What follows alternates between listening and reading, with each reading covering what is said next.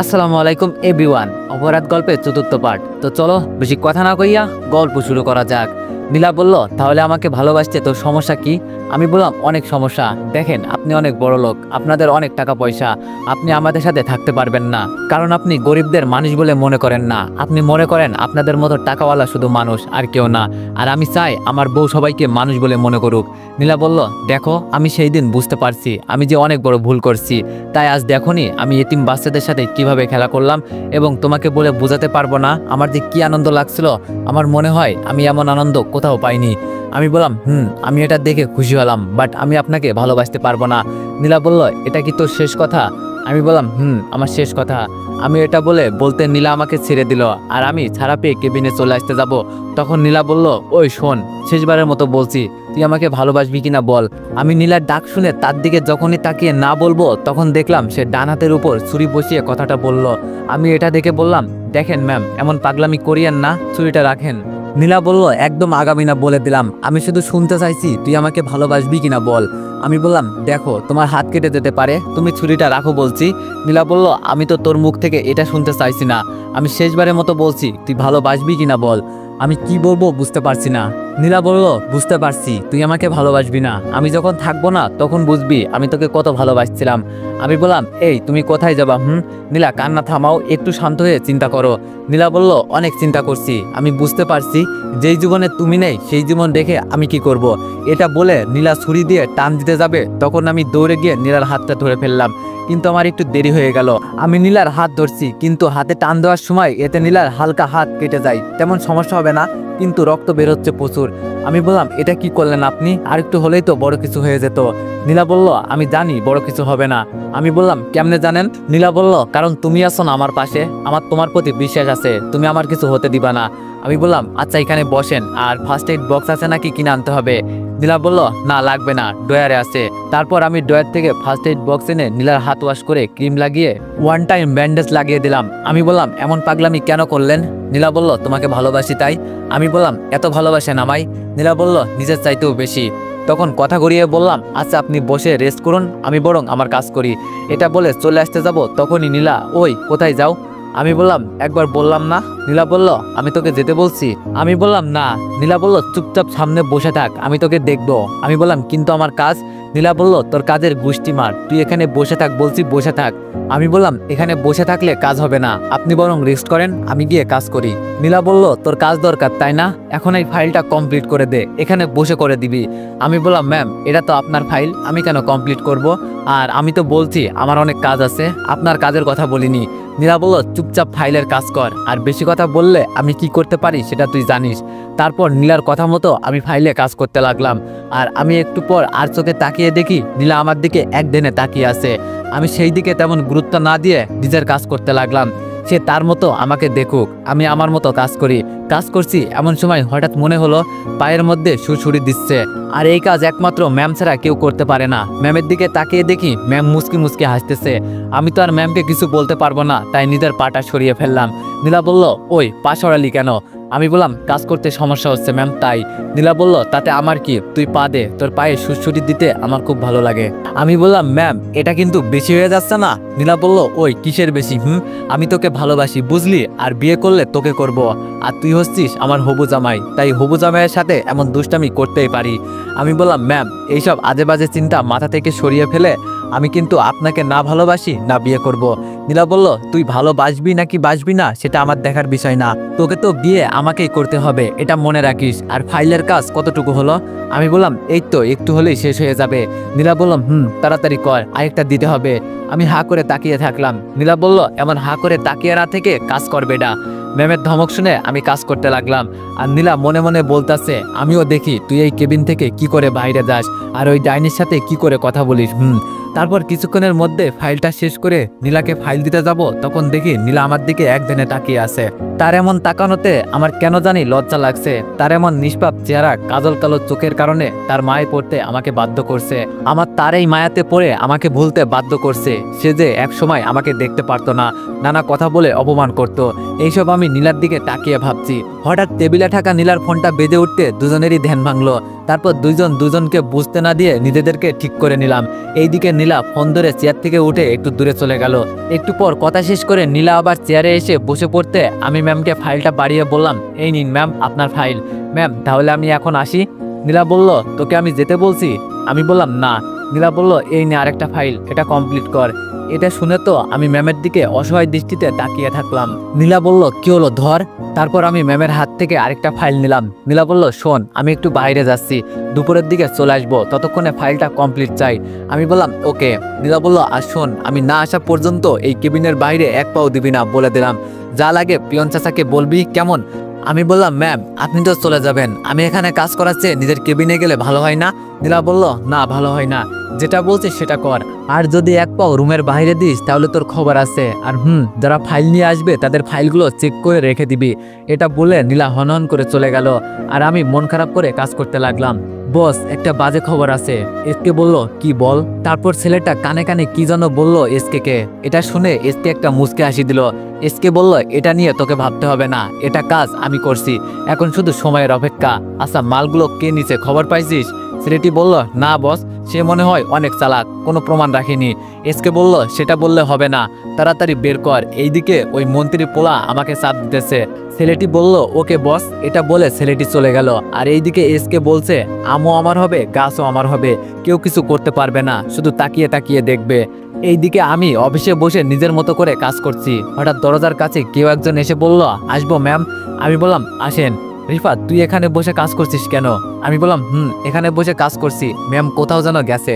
জেরিন বলল, ও তাহলে তুই কাজ কর, আমি আসি, ম্যাম আসলে না হয় ফাইলটা ম্যামকে দিব। আমি বললাম, আরে না, আমাকে দিয়ে যা, ম্যাম আমাকে দেখতে বলেছে। আমার মুখে এমন কথা শুনে জেরিন ভুরু কুঁচকে আমার দিকে তাকিয়ে বলল, তোকে কেন বললো? আমি বললাম, আরে কেন আবার, আমি যে তার পিয়ে। জেরিন বলল, ও আচ্ছা, এই নে ফাইল। আমাকে ফাইল দিয়ে জেরিন চলে গেল। আর আমি আমার মতো কাজ করতে লাগলাম। ফাইলটা শেষ করতে ঘড়ির দিকে তাকিয়ে দেখি দুপুর হয়ে গেল। অনেক ক্ষুধাও লাগছে, বাইরেও যেতে পারছি না, কি করি? আচ্ছা ফোন টিপি, এই বলে ফোন টিপতে লাগলাম। এমন সময় জেরিন এসে বলল, দোস্ত খেতে যাবি না? আমি বললাম, না দোস্ত তুই যা, ম্যাম কেবিন থেকে বের হতে মানা করছে। জেরিন বলল, ও আচ্ছা তাহলে থাক, আমি যাই। এটা বলে জেরিন চলে গেল। আর আমি আমার মতো ফোন টিপতে লাগলাম। হঠাৎ কেবিনে কেউ ঢুকে বলল, সরি বাবু, আমার একটু দেরি হয়ে গেছে, তুমি কিছু মনে করিও না। এটা শুনে পিছন ঘুরে দেখি নীলা। আমি বললাম, আরে কি যে বলেন না আন্টি, আমি কেন কিছু মনে করব, আমি তো কাজ করছিলাম। নীলা এই কথা শুনে তার হাতে থাকা খাবারের ব্যাগটা টেবিলে রেখে আমার কলার ধরে বলল, তুই কি বললি কুত্তা?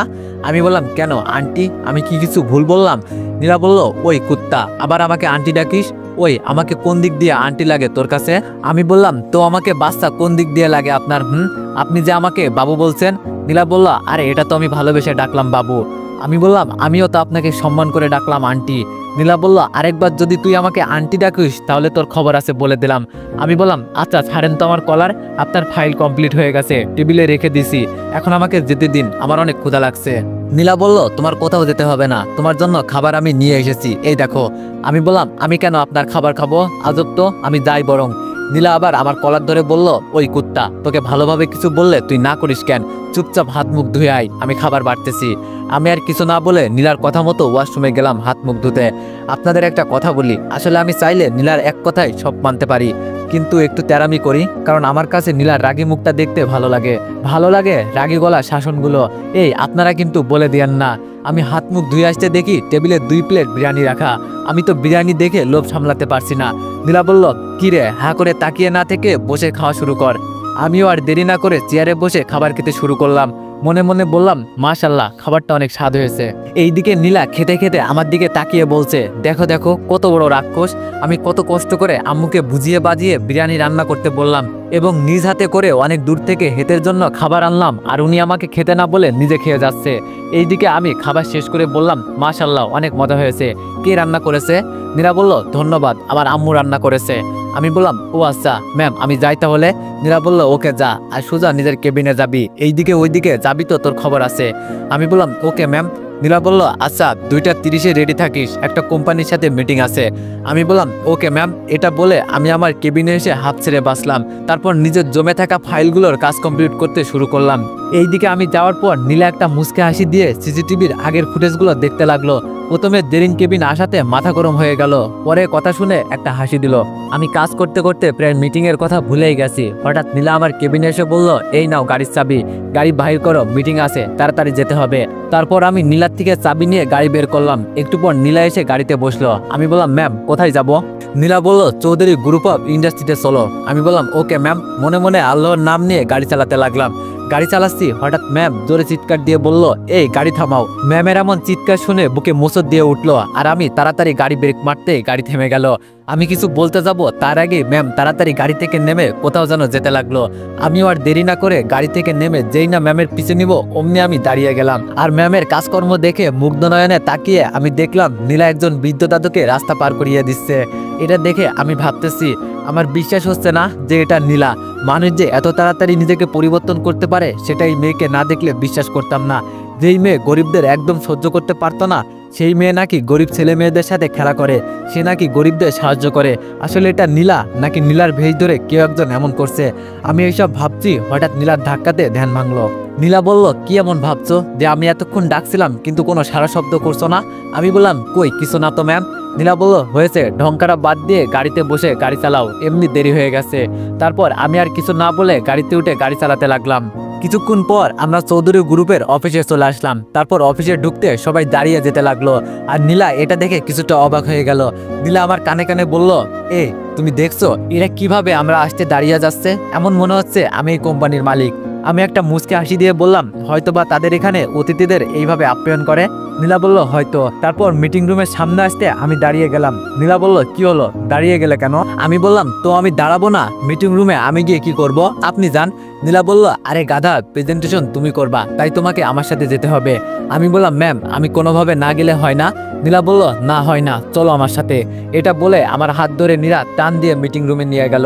আমরা ঢুকতে একজন দাঁড়িয়ে গেল, তার দেখা দেখি সবাই দাঁড়িয়ে গেল। নীলা নিজের জায়গায় গিয়ে বললেন, সরি স্যার, আমাদের একটু দেরি হয়ে গেল, আর আমাকে একটু ইশারা দিয়ে তার পাশে বসতে বলল। এইদিকে একজোড়া চোখ আমাকে দেখে অবাক হয়ে গেল। যখন কিছু বলতে যাবে তার আগে আমি চোখের ইশারায় মানা করলাম। আপনাদের একটা কথা বলি, এটা হচ্ছে আমাদের কোম্পানি, আর যে আমার দিকে তাকিয়ে আছে তিনি হচ্ছেন আমার দাদু আশরাফ চৌধুরী। নীলা বলল, স্যার প্রেজেন্টেশন আমার পিএ করবে। স্যার বলল, ওকে তাহলে শুরু করেন। তারপর আমি আলাদা কনফিডেন্স নিয়ে প্রেজেন্টেশন শুরু করলাম। আমি আমার শেয়ারটা দিয়ে ভালোভাবে শেষ করে ম্যামের পাশে বসলাম। নীলা বলল, বাহ বাহ, ভালো তো, প্রেজেন্টেশন করলি, এখন চিন্তার বিষয় আমরা কি ডিলটা পাবো? আমি বললাম, 100% ম্যাম, একদম নিশ্চিত থাকুন। এইদিকে একের পর এক কোম্পানি তাদের মতো করে তাদের প্রেজেন্টেশন দিয়ে শেষ করলো। পরিশেষে চৌধুরী কোম্পানি আমাদের প্রজেক্টটা দিল। এতে ম্যাম অনেক খুশি হয়ে গেল। আশরাফ চৌধুরী বলল, মিস নীলা, যেহেতু আপনার পিএ প্রেজেন্টেশন করেছে সেহেতু আপনার পিএকে আমার কেবিনে আসতে বলুন। এটা বলে আশরাফ চৌধুরী চলে গেল। এইদিকে আমি কথাটা শুনে ম্যামকে বললাম, ম্যাম আমার ভালো লাগছে না, আপনি গিয়ে স্যারের সাথে কথা বলুন, আমি গাড়ির কাছে যাচ্ছি। নীলা বলল, দেখ এটা আমার অফিস না যে যেমন খুশি তোকে তেমন করব, কিন্তু তুই যদি বেশি বাড়াবাড়ি করিস তাহলে আমি কিছু একটা করে ফেলবো, তাই চুপচাপ স্যারের কেবিনে যা বলছি। আমি কথা না বাড়িয়ে আস্তে আস্তে এক পা করে স্যারের কেবিনের সামনে গেলাম। তারপর বললাম, আসবো স্যার? আরে মিস্টার রিফাত যে, আসো আসো। তারপর আমি আস্তে আস্তে রুমে গেলাম। আশরাফ চৌধুরী বলল, তা কেমন আছো? আমি বললাম, আলহামদুলিল্লাহ স্যার, আপনি? আশরাফ চৌধুরী বলল, কি স্যার স্যার করছিস, দাদু ডাকতে কি শরম করে? আমি বললাম, সরি স্যার, আপনার কথা বুঝতে পারলাম না। আশরাফ চৌধুরী বলল, আমার উপর এখনো রেগে আছিস বাবা? আসলে আমি বুঝতে পারিনি এমন একটা কিছু হবে। সতে হলো আমার ছেলে ছিল, আমার উচিত ছিল না তাকে বের করে দেওয়া। আমি বললাম, স্যার আপনি এসব কি বলছেন, আর আমাকে কেন ডাকলেন সেটা বলেন। আশরাফ চৌধুরী বলল, কেন মানে? আমি আর কত অফিস সামলাবো, তোর আব্বু তো ঘরে বসে আছে, এখন তুই ছাড়া কোম্পানি কে দেখবে বল? এমনিতেই এই 4 বছরে অনেক লস হয়েছে। আমি বললাম, আজব, আমি কেন আপনার অফিস সামলাবো? আপনি আপনার অফিস কিভাবে সামলাবেন সেটা আপনি জানেন। আশরাফ চৌধুরী বলল, দাদু ভাই তুই এমন করে কথা বলছিস কেন? তুই কি আমাকে ক্ষমা করতে পারিসনি? আমি বুড়ো মানুষ, একটা না হয় ভুল করছি, তাই বলে কি ক্ষমা করা যায় না? আমি এইবার বললাম, এই দিন তো নিজের ছেলে ভেবে আমার বাবাকে ক্ষমা করতে পারতা, কিন্তু আপনি এমনটা করেননি। আপনার জন্য আমার পুরো পরিবার অনেক কষ্টে চলাফেরা করছি, আর আপনি বলছেন মাত্র একটা ভুল। আমি এইসবের মধ্যে জড়াতে চাই না, আমাকে আমার মতো থাকতে দেন। এটা বলে দাদু কিছু বলতে যাবে তার আগে আমি কেবিন থেকে বের হয়ে গেলাম। আমি বের হতে নীলা বলল, কিরে কি কথা হলো তোদের মাঝে? আমি ওইটা পরে বলবো, এখন চলেন এখান থেকে। এটা বলে দুইজন অফিস থেকে বের হয়ে গাড়িতে উঠি। গাড়ি চালাতে লাগলাম। নীলা বলল, কি রে, কি বললো স্যার? আমি বললাম, বলেছে তাদের অফিসে জয়েন করতে। নীলা বলল, কি তো তুই কি বললি? আমি বলছি, সরি স্যার, আমার এই অফিসের সাথে 1 বছরের চুক্তি আছে, তার আগে পারবো না। নীলা বলল, তার মানে তুই তারপরে চলে যাবি? আমি বললাম, দেখা যাক কি হয়। নীলা বলল, দেখা যাক। আচ্ছা, অফিসে আর যাবো না, গাড়ি নদীর পাড়ে নিয়ে চল, অনেকদিন ঘোরা হয়নি। আমি বললাম, ওকে বলে গাড়ি চালাতে লাগলাম। কিছুক্ষণের মধ্যে নদীর পাড়ে চলে আসলাম। তারপর গাড়ি থেকে নেমে আমি আর নীলা ঘুরতে লাগলাম। শীতল হাওয়া বয়ে যাচ্ছে গায়ের উপর দিয়ে, আর নিজের মনের মাঝে এক অজানা অনুভূতি কাজ করছে, কারণ নিজের পছন্দের মানুষের সাথে আছে। তবে আরো ভালো লাগতো যদি হাতে হাত রেখে এই নদীর পাড়ে চলতে পারতাম। এমন সময় নীলার দিকে চেয়ে দেখি নীলাকে এই মুহূর্তে আলাদা অপরূপ সুন্দর লাগছে। বাতাসের কারণে তার মুখের সামনে চলে আসা চুলগুলো যখন নীলা তার হাত দিয়ে সরিয়ে দিচ্ছে, সেই মুহূর্তটা দেখে আমি তার উপর আলাদাভাবে প্রেমে পড়লাম। নীলা বলল, ওই কি দেখছো অমন করে? আমি তার দিকে তাকিয়ে নিজের অজান্তেই বলে দিলাম, তোমাকে। নীলা বলল, ওমা তাই বুঝি? আচ্ছা, আমাকে কেমন লাগছে? আমি বললাম, তোমাকে আজ পরীর মতো লাগছে, মনে হচ্ছে আকাশ থেকে মাত্র নেমে আসা একটা কালো পরী। আমার এমন কথা শুনে নীলা একটা মুচকি হাসি দিল। নীলা বলল, ওই রিফাত, চলো না ফুচকা খাবো। আমিও আর না করলাম না, দুইজন গিয়ে ফুচকা খেলাম। তারপর সন্ধ্যা পর্যন্ত ঘুরে আমি আমার বাসায় চলে আসলাম। বাসায় কেউ নাই, কারণ সবাই চলে গিয়েছে দাদুর বাড়ি। আমি নিজের রুমে শুয়ে শুয়ে ভাবছি বিকেলে নীলার সাথে কাটানো মুহূর্তের কথা, আর মুচকি মুচকি হাসতেছি আর নিজে নিজে বলতে লাগলাম, আচ্ছা নীলা তো আমাকে ভালোবাসে বলেছে, আমিও তো তখন নীলাকে গ্রহণ করিনি, কারণ আমার অবস্থা অন্যরকম ছিল। কিন্তু এখন হচ্ছে সমান সমান, আমি কি নীলাকে বলে দিব? এইসব ভাবতেছি, হঠাৎ পাশে থাকা ফোনটা বেজে উঠলো। আমি ফোনের দিকে তাকাতেই দেখি নীলা ম্যাম কল দিয়েছে। আমি আর দেরি না করে কল ধরলাম। নীলা বলল, কি করো? আমি বললাম, এই তো শুয়ে আছি। আপনি? নীলা বলল, একজনের কথা ভাবি। আমি বললাম, ও তা কে সে? নীলা বলল, তোমাকে বলে কি লাভ, তুমি তো শুনবে না। আর শোনো। আমি বললাম, বলো। নীলা বলল, অফিসের বাইরে আমাকে ম্যাম ডাকবে না। আমি বললাম, তাহলে কি ডাকবো? নীলা বলে, ডাকবা। আমি বললাম, এটা কেমন করে সম্ভব ম্যাম, আমি পারবো না। নীলা বলল, তোকে পারতে হবে। আরেকবার যদি তুই আমাকে ম্যাম বলে ডাকিস, তাহলে তোকে মোবাইলে ঢুকে পিটিয়ে আসবো। দেখছেন আপনারা কি গুন্ডি মেয়ে, আমাকে নাকি মোবাইলে ঢুকে মারবে। আমি বললাম, আচ্ছা খেয়েছেন? নীলা বলল, খেয়েছি। তুমি? আমিও খেয়েছি। আচ্ছা বাই, পরে কথা বলি। নীলা বলল, ওই শোন, আর একটু কথা বলি। আমি বললাম, না, ঘুম পাচ্ছে, ঘুমাবো। নীলা বলল, ওকে ঘুমাও, কিন্তু যদি ফোন ওয়েটিংয়ে দেখি তাহলে খবর আছে। আমি বললাম, ওকে বাই। নীলা বলল, ওই শোন। আমি বললাম, আবার কি হলো? নীলা বলল, ভালোবাসি তোমাকে, অনেক ভালোবাসি। আমি বললাম, এইসব কি বলছেন ম্যাম? নীলা বলল, কুত্তা তুই কাল অফিসে আয় খালি। এটা বলে রেগে ফোন কেটে দিল। আর আমি একটা মুচকি হাসি দিয়ে বললাম, তোমাকে রাগাতে আমার খুব ভালো লাগে। তারপর ঘুমিয়ে গেলাম। রাত বাজে একটা বাড়ি থেকে জোরে জোরে চিৎকার করছে একটা মেয়ে, প্লিজ তারেক, আমার এত বড় সর্বনাশ করিও না, আমরা তো বন্ধু ছিলাম, এমন সর্বনাশ করিও না। তারেক হেসে বলল, বুঝলি মিথিলা, তোকে আমি অনেক আগে থেকেই চোখে চোখে রেখেছিলাম, বাট তুই হঠাৎ করে তুই প্রতিদিন আমাকে একটা মেয়ে এনে দিতি, তাই বেঁচে যাতি, কিন্তু আজ আর পারলি না। মিথিলা বলল, প্লিজ তুমি এমনটা করিও না, আমি তো তোমার সব কথা শুনতাম, তাহলে আমার সাথে এমন করছো কেন? তারেক বলল, তাহলে আজকে আরেকটু শোন, তুইও মজা নে, আমিও নিব। এটা বলে মেয়েটার উপর ঝাঁপিয়ে পড়ে তারেক রহমান। আর মিথিলা জোরে জোরে চিৎকার করছে আর কান্না করছে। তারেক রহমান বলল, এই শালি চুপ কর, এখানে তোকে বাঁচাতে কেউ আসবে না। আর এখন মজা বুঝ, অন্য মেয়েদেরকে তো ভালোই তুলে দিতি, এখন তাদের মতো তুইও একটু মজা বুঝ। তুই হয়তো ভুলে গেছিস তারেক রহমান, যেখানে বিপদের গন্ধ পাই আমি সেখানেই চলে যাই। হঠাৎ পিছন থেকে চেনা সুর শুনে তারেক অবাক হয়ে মেয়েটাকে ছেড়ে দিল। আর মিথিলা ছাড়া পেয়ে খাটের এক কোণে গিয়ে লুকিয়ে পড়ল। তারেক বলল, জাহিদ তুই এখানে কেমনে?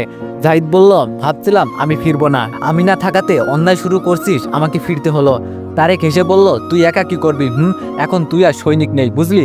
জাহিদ বলল, মামা তুমি হয়তো ভুলে গেছো, অস্ত্র জমা দিয়েছি, ট্রেনিং এখনো ভুলিনি তোর বেইমানি। তোর জন্য আমি আমার চাকরি হারাইছি, অসম্মান হতে হয়েছে তোদের জন্য। আমার কি দোষ ছিল? আমি তোদের বলেছিলাম শুধু ওই খারাপ কাজ থেকে বের হয়ে যেতে, কিন্তু তোরা উল্টো আমাকে মিথ্যা অপবাদ দিলি। এটা আমি তেমন কিছু মনে করিনি, কিন্তু তোরা যা শুরু করে দিয়েছিলি। তারেক বলল, শুধু আমার কথা কেন বলছিস? ওই যে মিথিলাও এখানে আছে। জাহিদ বলল, জানি সে এখানেই আছে। তারেক বলল, দোস্ত যা হয়েছে সব ভুলে যা, চল এখন আমরা ওই শালের সাথে দুইজন মিলে মজা করি। জাহিদ বলল, আমি খারাপ হতে পারি, কিন্তু এমন কাজ আমি কখনোই করতে পারবো না।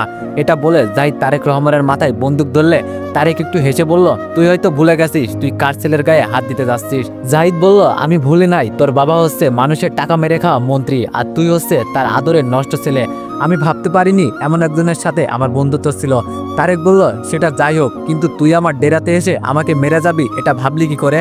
জাহিদ বলল, তুই না আরেক বোকা, আমি এই পর্যন্ত আসছি মানে রাস্তা ক্লিয়ার করে আসছি, তাই না? এটা শুনে তারেক রহমান জাহিদ নামের ছেলেটার পায়ে পড়ে গেল। ভাই তোর যত টাকা লাগে সব আমি দিব, কিন্তু তুই আমাকে মারিস না, প্লিজ প্লিজ। জাহিদ বলল, আমি একবার যখন ঠিক করেছি তোকে মরতে হবে মানে তোকে মরতে হবে। এই বলে তারেক রহমানের মাথায় গুলি করে দিল জাহিদ। এটা দেখে মিথিলা নামক মেয়েটা জোরে চিৎকার দিল। তখন জাহিদ তার কাছে গিয়ে বলল, কি খবর মিস মিথিলা? তো এভরিওয়ান, নেক্সট পার্টের জন্য 500 প্লাস কমেন্ট করে দিও। ধন্যবাদ।